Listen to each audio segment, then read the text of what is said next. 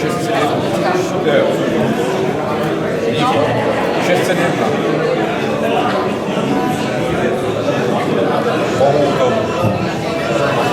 Ne, Kohoutíček z Vlčnova. Dovolte, abych vás přivítal jménem mužského pěveckého sboru na tradičním počtu Slivovice. Co nás dnes čeká? Samozřejmě kromě toho hlavního koštování gořalek se vám budeme snažit zpříjemnit atmosféru našimi zpěvy a od 16. hodiny přijde místní cymbalová muzika Višňa, která vám zahraje k tanci i poslechu. Od 18. hodiny vyhlásíme ty nejlepší vzorky a rozdělíme diplomy. Přejeme vám všem ničím nerušenou pohodovou zábavu.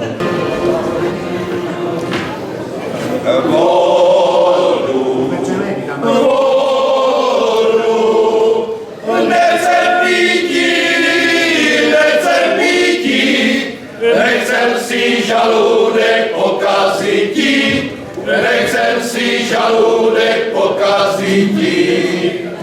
Ve vodě služaví, najdu sa aj hadí.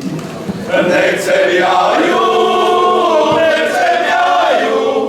nech sa v ní husátka kupávajú, nech sa v ní husátka kupávajú.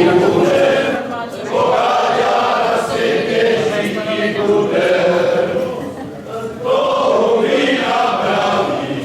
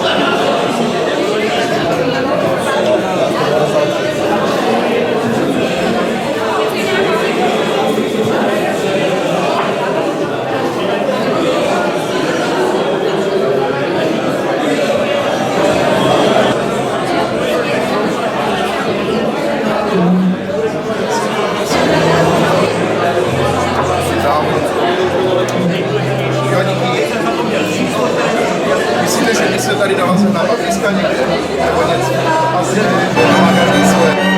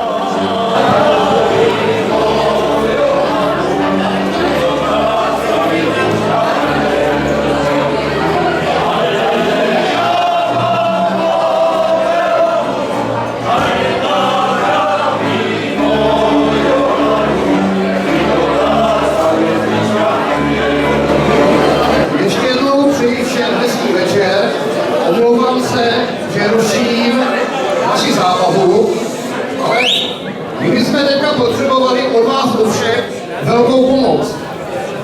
My už totiž máme ty hlasivky trošku té silnice zdegradované, tak bychom potřebovali, aby se nám pomohli zpívat. Na konci katalogu najdete, prosím, takovou jednu velmi známou písničku. My jsme ji přetestovali, je to naše už taková hymna, zvaná Horská Trnková, a všichni ten nápěv znáte, protože je to nápěv Argený, písnička se jmenuje Vyznání. Takže poprosím, zpívejte s námi. Moc děkujeme.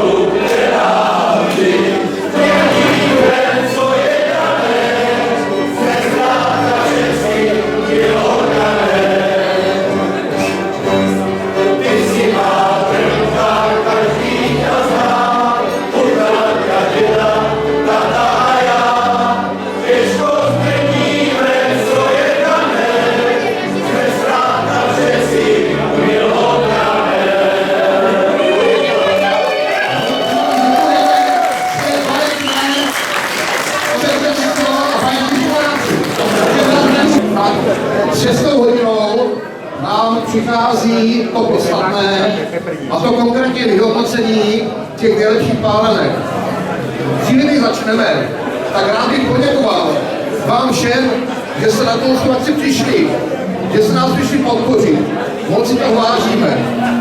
Dále bych chtěl poděkovat všem, kteří věnovali vzorky na tento báječný koš a také všem, kdo nám tu akci pomohli připravit a kdo nám dneska pomáhají. Mám na mysli také tam ty mladé dívky. A samozřejmě naši želí profetů. Moc děkujeme. A začneme vyhodnocením likéru. Takže vítězným likérem letošního koštu je angreštový likér roku 2025 pana Vladimíra Malečka z Drakonic. Takže tu ho tady nemáme, takže převezmu zástupci. Další kategorií jsou ořechovky. A vyhrál vzorek číslo 11, ořechovka z roku 2024, pana Radima Studničky z Veselí nad Moravou. Takže moc gratulujeme. Tady ostatní pálenky. A vyhráli vzorek číslo 80, Špendlík a Ringle z roku 2025, pana Josefa Těrhala z Ostrovské Lhoty.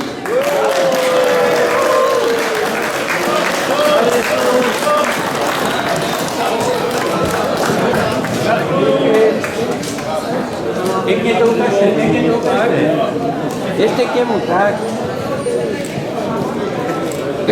Výborně. Mirabelky, špendlíky, vítěz vzorek číslo 79, Mirabelka 2025, pana Petra Zbořila z Přerova. Přebíral zástupce. Prý je to hodně přítel. Je na horách nemohl přijet, jo? Takže se povede, abych to převzal. Pravidelně se zúčastnil asi 5 let, jo, protože uspěl, byl mi radost. Tak jo, děkujeme. Kategorii jablka vyhrál vzorek číslo 554, jablko z roku 2022, pana Tomáše Věrky ze Starého Města. Zastoupení.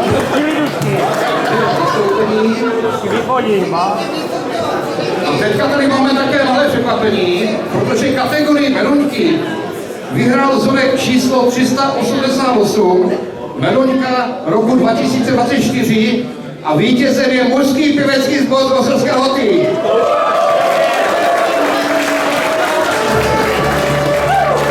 Ukaž to, ať je to vidět.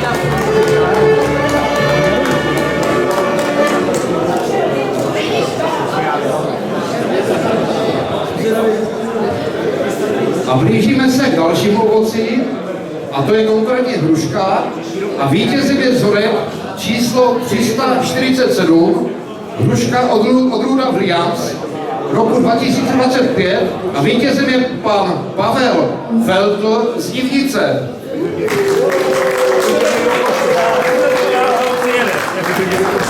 Přijede a doveze možná. Takže přistoupíme k té hlavní kategorii, a to konkrétně slivovice. Třetí místo obsadil vzorek číslo 185, Durancie roku 2025, a vítězkou je Barbora Skopalová, Ostrovská Lhota.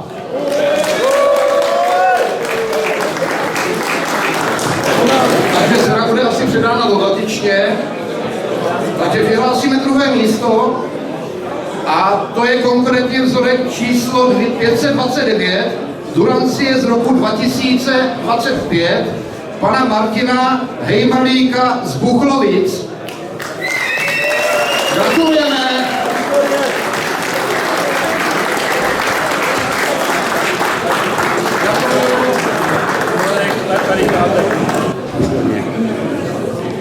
Takže první místo, muziko.